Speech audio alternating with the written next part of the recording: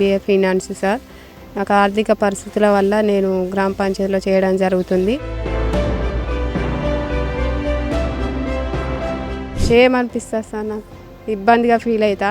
కాకపోతే నా ఇంట్లో పరిస్థితి వల్ల చేయడం తప్పట్లేదు సార్. మా బుజ్జి చదువుకున్నది కదా, మాకు చదువుకున్న వాళ్ళతోటి చేయాలంటే ఇబ్బంది అవుతుంది. అది సంగతి.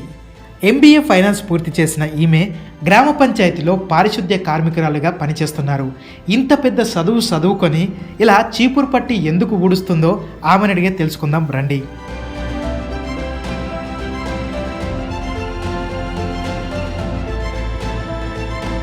హనుమకొండ జిల్లా వెంకటాపురం గ్రామానికి చెందిన మానస దిలీప్లిద్దరు దంపతులు.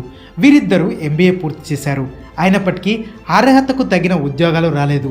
మరోవైపు ఇంట్లోనూ ఆర్థిక భారం పెరగడంతో ఏం చేయాలో తెలియక ఈ బాట ఎంచుకున్నారు మానస.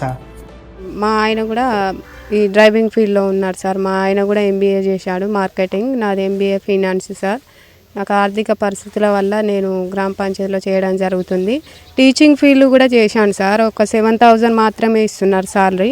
మా అత్తయ్యకు నెలకు 9,500 సార్. మా పెరాలసిస్ పేషెంట్, ఆమెకు మందులకే 8,500 అవుతున్నాయి. ఇంట్లో చిట్టీలు 3 చిట్టీలు ఉన్నాయి సార్. మా ఆయన ఒక్కడే. నాకు 2 ఆడబిడ్డలు ఉన్నారు.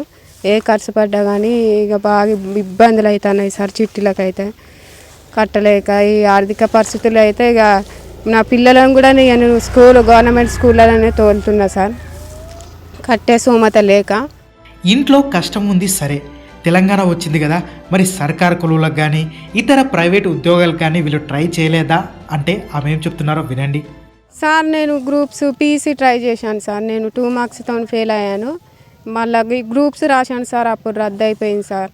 ఇప్పుడు కూడా ట్రై చేస్తున్నా. బ్యూటిషియన్లో చేశాను సార్.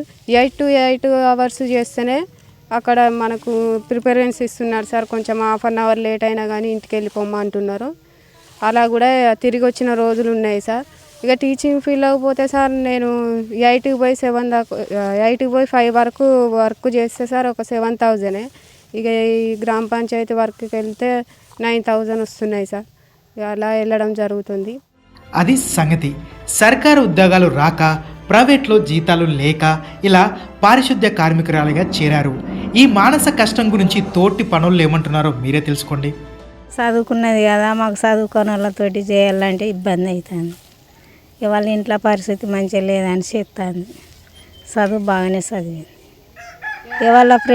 వాళ్ళ ఫ్రెండ్స్ కనబడ్డప్పుడల్లా ఈమె తల దాచుకుంటుంది, బాధపడుతుంది.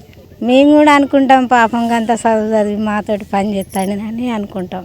ఇదివరకు ట్రాక్టర్ నడిపిండి ఆయన, దిలీప్ అన్నట్టు ఆయన. కొద్దిగా అంత ఏమన్నా ఫరక్ వచ్చి ఆయన అని వేరే పోతా ఉన్నాడు. వాళ్ళ అత్తమ్మ జాబులో ఈ మానస చేస్తూ ఉన్నది. అంత చదువు అంటే ఏమన్నారు సార్, గది లేనప్పుడు గంజే పానకం, మరి పుట్ట నడవాలంటే ఎట్లా పుట్ట కూటి కోసం ఏదో కోటి విద్యలు పుట్టల్లో ఉన్న పురుగును బట్టి ఆడిస్తూ ఉన్నాడు వాడు గ్యారడోడు. అది పురుగు పుచ్చ తిని బతకదా? వారి పుట్ట కోసం పుట్టలో పెట్టి దాన్ని కడుపు చంపి కూడా అట్లా ఆత చేస్తూ ఉన్నాడు. ఈ గతి కూడా గంతే కదా సార్. సోషల్ మీడియాలో మానస కథ వైరల్గా మారడంతో ఆమె ఇంత పెద్ద చదువుకుందా అని ఆశ్చర్యపోతున్నారు ఆ ఊరి గ్రామ సర్పంచ్. వాళ్ళ అత్త చేసే పని వాళ్ళ కోడలికి ఇచ్చినాం మేము. వాళ్ళ అత్తకు పక్షవాతం వచ్చింది కాబట్టి వాళ్ళ కోడలికి ఇచ్చినాము పని. 3 సంవత్సరాలు 3 సంవత్సరాల పని చేస్తుంది. ఇక అత్త పోస్టు కోడలికి ఇవ్వాలని వాళ్ళు చెప్తే మేము తీర్మానం చేసి ఇచ్చినాం. ఇక మేము పీజీ అంటే సర్టిఫికెట్లు ఇప్పుడు ఈ రోజుల్లో వెరిఫికేషన్ చేసుకున్నాం. ఏమన్నా ఆమె గవర్నమెంట్ జాబ్ అంటే గ్రామ పంచాయతీలో అవన్నీ కామన్ కదా.